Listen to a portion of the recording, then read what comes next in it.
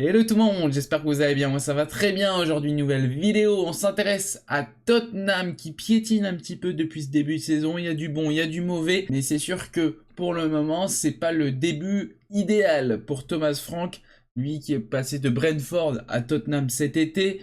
Clairement, il aurait préféré réussir un petit peu mieux cette transition, ou du moins déjà avoir dans son équipe une défense très rassurante et une attaque qui vendange un petit peu moins, car pour le moment il y a des doutes un petit peu dans toute cette équipe de Tottenham.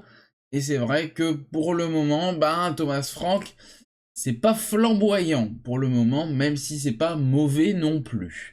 Alors avant, n'hésitez pas à vous abonner à cette chaîne YouTube, à liker cette vidéo, à partager cette vidéo à vos amis fans de foot et plus particulièrement de foot anglais. N'hésitez pas à venir me rejoindre sur Discord, à me suivre sur Twitch, sur Twitter, sur Instagram. Et bien sûr, bien évidemment, n'hésitez pas à me dire dans les commentaires de cette vidéo votre avis sur la situation de Tottenham en ce début de saison.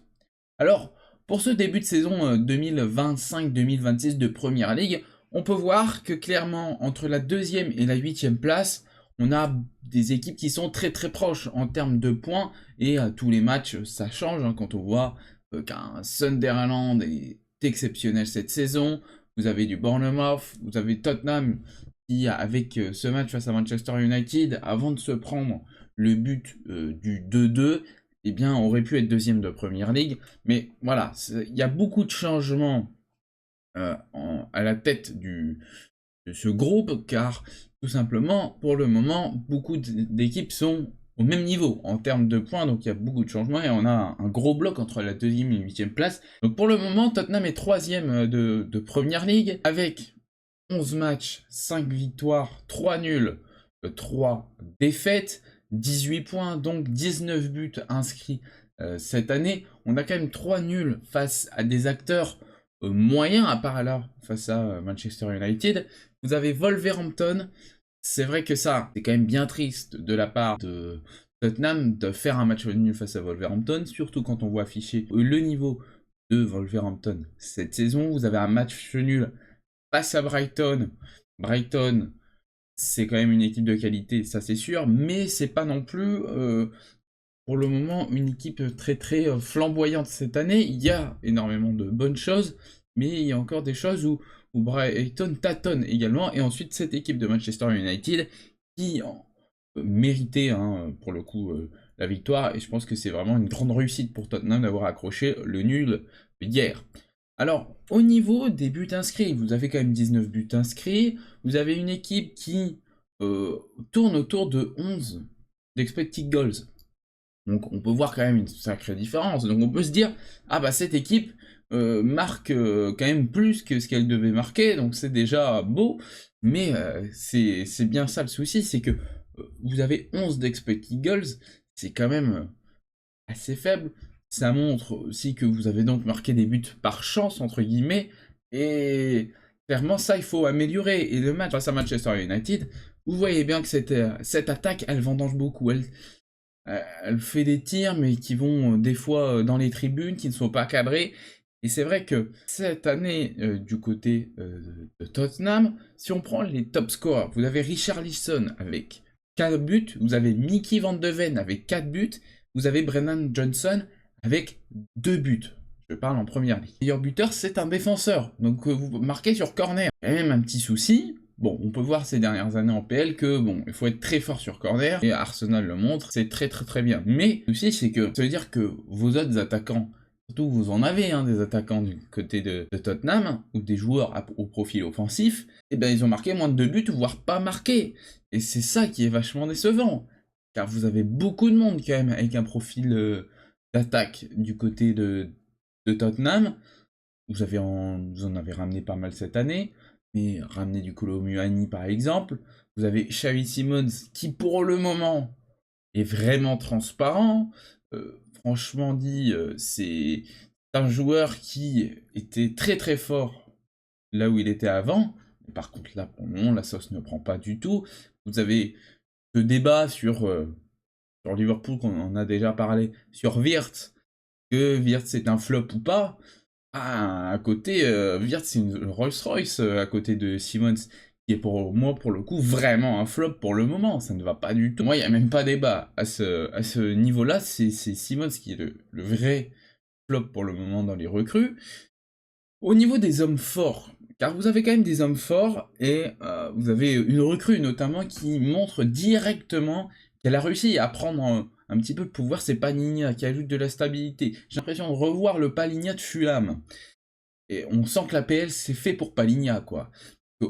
Au Bayern, bon, l'aventure s'était pas hyper bien passée pour Palinha, mais là, en tout cas, il reprend du poil de la bête du côté de Tottenham. En vrai, ça me fait plaisir de revoir un Palinha aussi bon, car c'était quelqu'un de très costaud du côté de Fulham. On aurait pu vouloir qu'il passe un cap du côté du Bayern, mais il ne l'a pas passé, et là, il doit reprendre de la crédibilité, et je trouve que la crédibilité, il l'a repris en, en quelques mois de compétition, quoi. Vraiment, c'est le patron au niveau du milieu de terrain. Vous avez plusieurs patrons, hein, de toute façon, du côté de cette équipe de Tottenham, parce que c'est un bateau qui tangue un petit peu, et je l'ai bien vu, notamment dans le match de hier, hein. Je parle de hier car c'est le match le plus récent. Je pense que le match face à Manchester United, pour ceux qui regardent juste quelques matchs de PL et qui regardent pas tous les matchs de Tottenham, je regarde pas tous les matchs de Tottenham d'ailleurs, mais au moins comme ça, face à Manchester United, c'est une grosse affiche, donc les gens ont été plus susceptibles à le regarder. Et on peut voir que quand le ballon est repris par la défense de Tottenham et qu'il faut se relancer, qu'il faut dégager, relancer pour aller en contre-attaque, et ben il y a quand même un petit doute. Est-ce que c'était le pressing intense de cette équipe de Manchester United qui fait que ils avaient du mal à se relancer, ou du moins que ça hésitait un petit peu dans les relances? Je pense pas, j'ai vu quand même quelques matchs de Tottenham cette saison, et c'est vrai que défensivement, les relances, des fois ça doute un petit peu. Donc en tout cas, il y a quand même un patron au niveau de la défense. Romero en tant que capitaine, franchement, c'est pas un joueur que j'aime beaucoup de base, mais il faut le dire que quand même, heureusement qu'il est là, même quand les équipes font des grosses contre-attaques et ça arrive dans le secteur de Romero. Bon, lui, il est très agressif, donc forcément, il va aller chercher, il va les tacler, mais franchement, pour ça, il est quand même fort, et c'est vraiment l'homme fort de cette défense. Après, Mickey Van de Ven, c'est quand même vachement costaud, hein, il faut le dire. C'est parce que là, cette équipe de Tottenham doute un petit peu, et quand vous doutez, avec notamment les latéraux, qui, je trouve, il y a beaucoup de choses à dire sur les latéraux de Tottenham, que je trouve un petit peu fébriles, mais après, c'est un peu comme tous les latéraux, hein, maintenant. Défensivement, c'est vite fébrile. Et donc, cette équipe de Tottenham a quand même la chance d'avoir un Romero et un Mickey Van de Ven qui sont quand même très costauds. Il y a des choses à redire forcément. Un Mickey Van de Ven, je pense, mis dans des excellentes conditions dans un autre club, peut être un très grand défenseur. Donc on va voir un petit peu comment évolue sa situation du côté de Tottenham. J'espère que Thomas Frank va réussir à consolider les choses. Au niveau de la défense, Thomas Frank, normalement, ça devrait maîtriser un petit peu. Il avait réussi à faire, du côté de Brentford, une défense qui arrivait quand même à faire des choses très intéressantes, avec notamment du Ben Mee, du Ethan Pinnock, du Nat Collins. Forcément, c'est pas le même niveau du côté de Brentford, donc forcément vous encaissez des buts, mais cette défense de Brentford n'était pas non plus la plus mauvaise. Il y avait des choses très intéressantes, donc je pense qu'il faut laisser le temps à Thomas Frank, qui est un super coach, et le souci là, c'est que pour le moment, vous avez une attaque où il ne peut pas vraiment faire confiance à des attaquants, et sur les dernières années de Thomas Frank du côté de Brentford, vous aviez eu des attaquants forts. Tony, Mbeumo, Wissa, c'est des hommes forts. Donc, pour le moment, il n'a pas encore cet homme fort en attaque, ou peut-être Richarlison, mais un retour de Maddison pourrait peut-être transformer la donne, et j'espère pour lui. Après, c'est vrai que Brennan Johnson a marqué 2 buts, il y a eu une petite blessure, mais je le trouve quand même décevant cette année. J'espère qu'il va monter un petit peu de galon, et il y a surtout un problème à domicile pour Tottenham pour le moment. cette saison, en moyenne, Tottenham ne prend pas de points du côté de Tottenham Hotspur Stadium. Ils sont à 0,83 points de moyenne à domicile. Donc moins de 1 point, c'est quand même affligeant pour une équipe de la stature de Tottenham. Vous n'êtes pas sûr de prendre un point à domicile. Ça, c'est un très gros problème. J'espère que ça va vite être remédié. Après, il faut se dire que quand même, il y a des éléments pas mal. Vicario fait quand même pas mal d'arrêts. Vous avez des bons piliers. Il y a des choses à améliorer au niveau global, mais vous avez quand même des piliers à des endroits importants. Vicario, vous avez des hommes forts en défense centrale, vous avez Palinha en milieu de terrain. Il faut trouver cet homme fort en attaque. Ensuite, vous avez bientôt le retour de Kulusevski. Je pense que ça va vraiment aider l'attaque de Tottenham. Au niveau du milieu de terrain, Matar Sarr n'est pas non plus dans des conditions extrêmement bien en ce moment. Clairement, ses performances sont un petit peu en dessous de ce qu'on pourrait attendre de lui. C'était le retour vraiment de Matar Sarr avec Thomas Frank, mis très régulièrement, titulaire, voilà, avec un Bissouma qui a été mis de côté.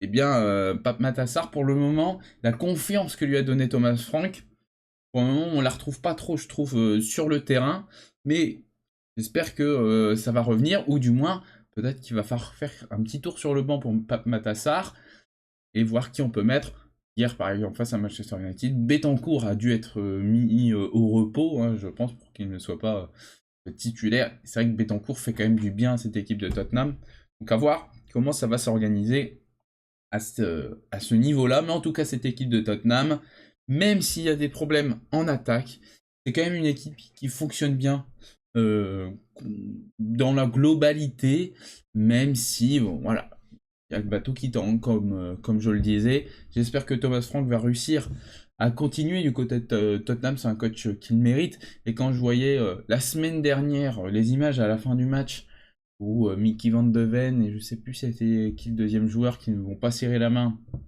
à Thomas Frank, c'est peut-être pas le moment de faire ça, vous êtes que fin octobre, début novembre, quand même. Thomas Frank, c'est pas le pire des coachs. Je sais pas s'il y a un problème en interne avec eux ou c'était juste là sur le coup de l'émotion. Visiblement, c'était sur le coup de l'émotion. En tout cas, c'est ce qu'a dit Franck en conférence de presse. Mais après, est-ce qu'il va dire la vérité à ce niveau-là? Je ne sais pas. Mais c'est quand même bien dommage d'avoir ce genre de tension alors que la relation Tottenham-Franck vient tout juste de commencer. Et au vu de la stabilité en tant que coach de Tottenham depuis quelques années et des performances de Tottenham, faut essayer de donner confiance à un coach qui a quand même réussi à faire de belles choses avec son précédent club, avec des plus petits moyens, des joueurs de moins bonne qualité, enfin du moins d'un effectif de moins bonne qualité, même s'il y avait des éléments qui étaient très forts du côté de Brentford. Et quand vous voyez cette semaine Pochettino qui dit qu'il est prêt à retourner à Tottenham, j'aimerais pas être Thomas Frank dans les prochains jours, car clairement, si une machine médiatique commence à se mettre en place, ça pourrait faire très très mal. En tout cas, au niveau du calendrier, vous allez avoir dans les prochaines semaines, après la trêve, Arsenal à l'extérieur, derby, ça va être important de le gagner. De toute façon, vous avez plusieurs derbys là en soi, parce que vous enchaînez Arsenal puis Fulham à domicile. Fulham cette saison, normalement, ça devrait aller. Newcastle à l'extérieur, en vrai, il va y avoir un vrai match, ça va être très intéressant. Vous avez Brentford ensuite, ça devrait également aller. Forest à l'extérieur, Liverpool ensuite, il me semble que c'est à domicile. Ensuite, Crystal Palace. Faut pas oublier les matchs de LDC. Il y a le PSG qui arrive très rapidement. Ensuite, vous avez l'Étoile Rouge en début du mois de décembre. Donc voilà, hein, si on regarde ce calendrier futur, clairement, il y a beaucoup de points à aller chercher pour Tottenham. La situation va sûrement se stabiliser, voire s'améliorer. Après, forcément, on est en première ligue.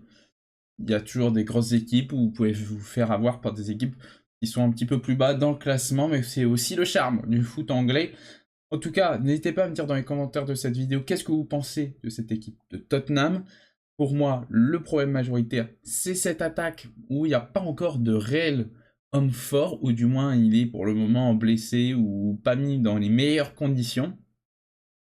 Et puis forcément, il faut de la stabilité un petit peu, réussir à donner confiance à cette défense, car je pense que cette défense peut être vraiment très très forte. Et au milieu de terrain, vous avez un homme fort avec Palhinha, mais vous pouvez encore le compléter. Voilà tout ce que je peux vous dire sur cette équipe de Tottenham. J'espère que cette vidéo vous a plu. Nous, on se retrouve très vite pour une prochaine vidéo. N'hésitez pas à vous abonner à cette chaîne YouTube, à liker cette vidéo, à partager cette vidéo à vos amis fans de foot. Nous, on se retrouve très vite pour une prochaine vidéo. Allez, goodbye tout le monde.